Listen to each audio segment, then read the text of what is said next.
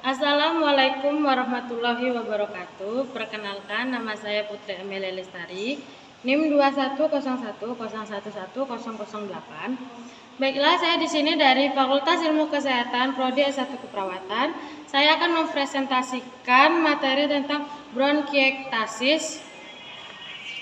Baiklah, bronkiektasis adalah kerusakan pada pelebaran yang tidak normal di bronkus dan saluran pernafasan.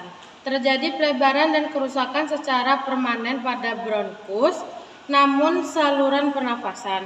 Kondisi ini menyebabkan penurunan lendir di dalam paru-paru. Saluran pernafasan memiliki mekanisme pelindung untuk menangkap debu, bakteri, dan kotoran dari udara yang dihirup.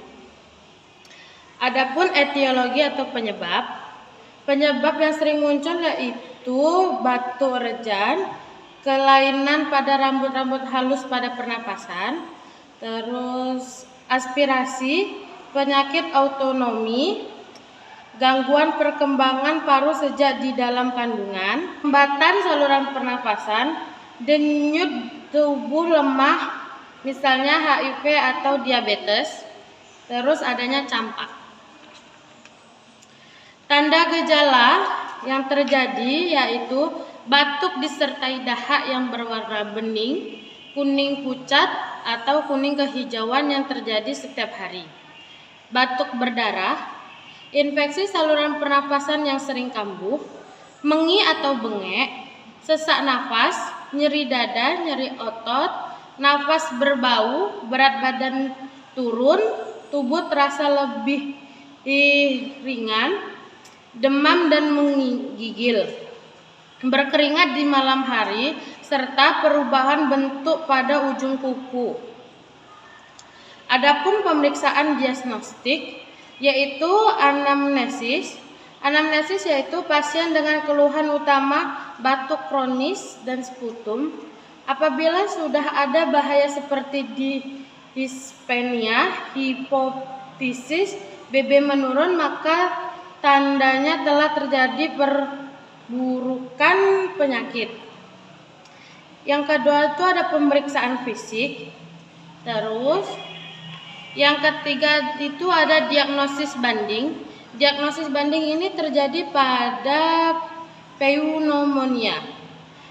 Dapat mengeluh sesak nafas, batuk, dan demam. Pemeriksaan fisik didapatkan menemukan bronki, wheezing pada saluran pernapasan. Dan penyakit pasien pneumonia itu durasi penyakitnya adalah 7-10 hari tidak kunjung sembuh. Terus ada pemeriksaan penunjang. Pemeriksaan penunjang ini dilakukan oleh tes fungsi paru yang pertama, yang kedua tes laboratorium. Baik, selanjutnya yaitu dari hasil WUC.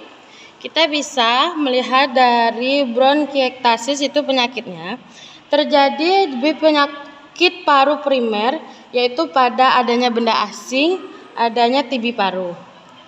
Terus terjadinya obstrukasi saluran pernafasan, itu terjadi penyerapan udara di perineum dan sekitarnya tersumbat.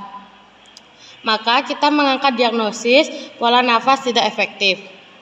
Kemudian kita kekurangan mekanisme pertahanan yang didapat yaitu pneumonia berulang, kerusakan pneumonia pada dinding bronkus, terus ketidakefektifan batuk, kemampuan mengeluarkan sekret menurun, maka kita akan angkat diagnosanya itu bersihan jalan nafas tidak efektif.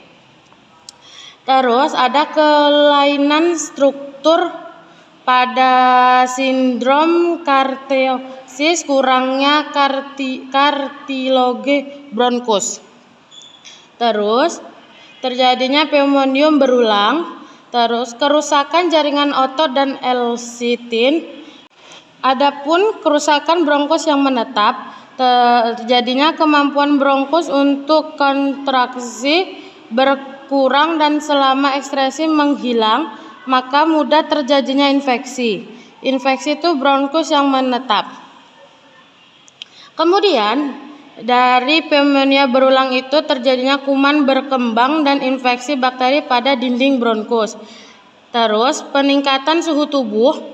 Karena ada peningkatan suhu tubuh, kita akan ambil diagnosa hipertermia. Terus terjadinya tekanan intrapluera lebih negatif dari atmosfer.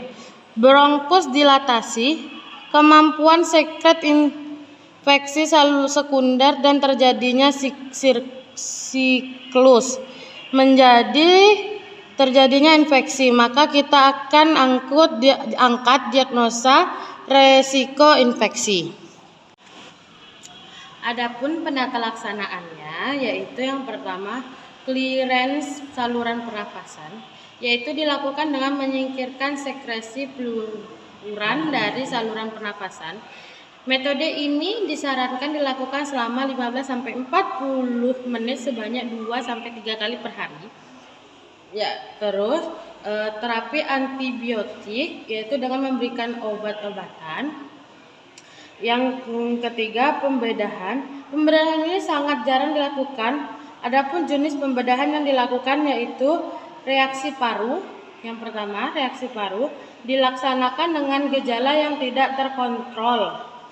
Terus ada transplantasi paru, yaitu dilakukan pada pasien dengan bronkiektasis berat, kurang lebih 30% penurunan cepat. Selanjutnya ada komplikasi. Komplikasi diakibatkan oleh bronkiektasis juga dapat membuat jalur nafas memburuk. Nyeri dada saat bernafas adalah tanda lain infeksi pada perasaan sakit. Gejala paru yang pernah meliputi yaitu kulit dan bibir membiru, kebingungan, nafas cepat lebih dari 25 menit, nyeri dada parah yang membuat sulit batuk. Yang selanjutnya itu ada kegagalan pernafasan, menggambarkan kurangnya oksigen dari paru-paru ke darah dan kurangnya pembuangan limbah. Gagal nafas terus sesak nafas, seolah-olah tidak dapat mengambil nafas yang cukup. Adapun gagal jantung, sesak nafas, kelelahan, pergelangan kaki bengkak serta bengkak di perut dan pembuluh darah di leher. Pada gagal jantung tidak dapat memompa darah. Dan adapun diagnosa keperawatan tentang bronkiektasis, yang pertama yaitu pola nafas tidak efektif disebabkan obstruksi saluran pernafasan, elektrasis penyaluran udara di pembuluh darah dan sekitarnya tersumbat. Makanya diangkat diagnosa pola nafas tidak efektif.